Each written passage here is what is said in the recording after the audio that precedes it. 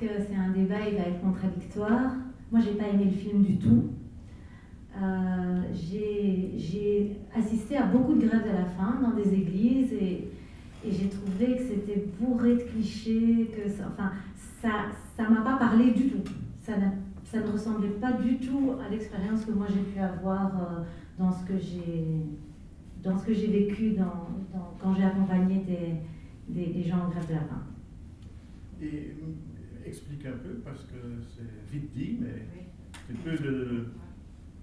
tu peux un peu nous amener des éléments qui te font prendre distance de ce qui est montré dans ce film.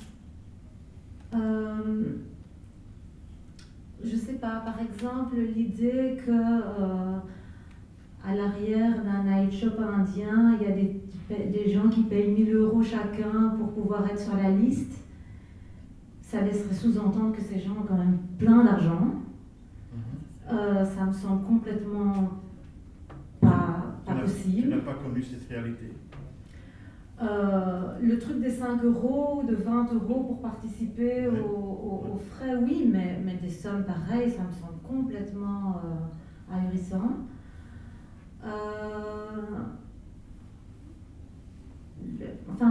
Beaucoup de choses. Au contraire, je trouvais que souvent dans toutes les occupations où moi j'ai assisté, il y avait énormément de liens qui se faisaient entre les gens. Alors quand on voit je sais pas, un arabe qui était hyper raciste à l'égard du noir, ni à la maison d'immigrants, ni à l'occupation maintenant de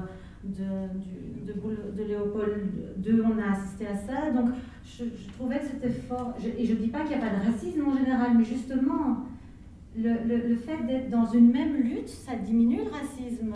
Et donc j'ai trouvé que ça ne correspondait pas à ce que moi j'ai connu.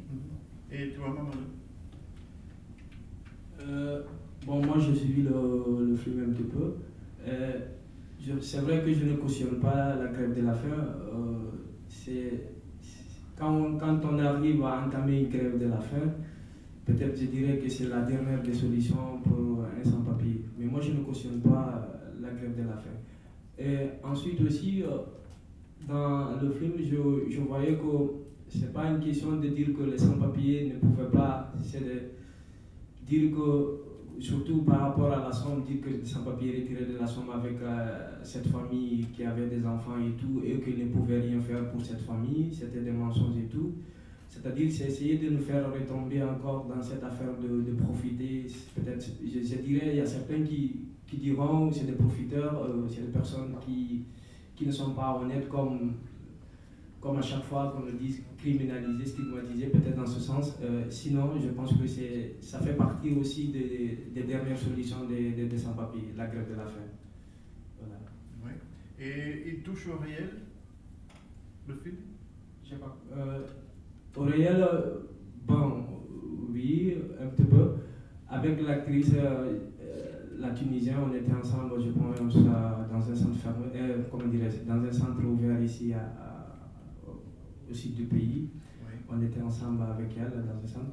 Mais même chez nous ici, au boulevard Léopold II, au mois de novembre-décembre 2015, il y a eu des personnes qui ont entamé la grève de la faim.